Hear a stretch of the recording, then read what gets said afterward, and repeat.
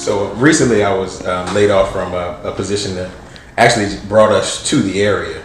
But I mean, I know that we'll be fine because I prepared for it. We started, kind of moving things around and making arrangements for it because I kind of saw it coming.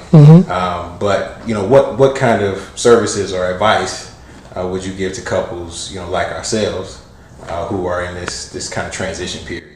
Yeah, so life transitions are a typical thing that bring couples into counseling, and especially when you consider a job loss or something unexpected like that. We call those mild traumas, right? Anything that hits you in the face and it impacts the entire system of the family, especially the marriage, is going to be something that you could be brought into counseling for. And what I would say, based on the experience that I've had with couples in your situation, we want to do a real deep analysis or an assessment around what each partner is experiencing emotionally. For example, as the male spouse, there could be some connection to the, traditional American culture of the man being the breadwinner. So not just the job loss, it could go deeper.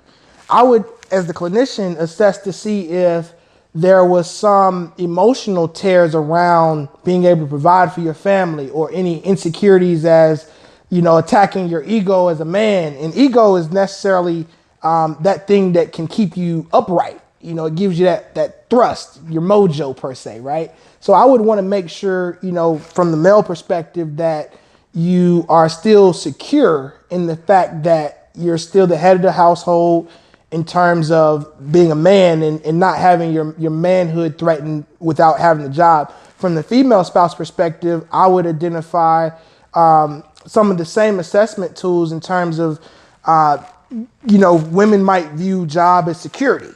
So I would look at the security in the attachments of, am I going to be able to sustain the same level of status, right? You have to take into account family and friends. So we're going to do an overall analysis around, first, security as a male, female, and gender roles. Second, identifying the vulnerability. Are you guys able to express your feelings with each other?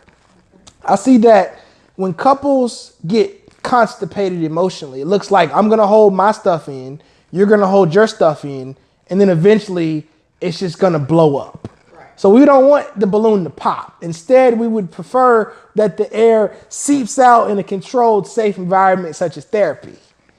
Because a lot of times things can evoke those emotions to come out. For example, if you are having a longer time than expected finding employment, there could be snippy comments. So we want to prevent or minimize the sarcasm or the criticism. Those are two of the four horsemen that Gottman talks about. And when four are present, then you ultimately will have the marriage ending. So my job as the clinician when approaching job loss or any type of life transition would be to reduce and minimize the criticism, minimize or prevent any of the sarcasm, and make sure that both parties are able to explore and express their emotions openly, and to reduce or prevent any of that stonewalling across both couples. Because we have stonewalling, criticism, contempt, and sarcasm as those four horsemen that Gottman talks about that ultimately lead with the divorce or the marriage ending.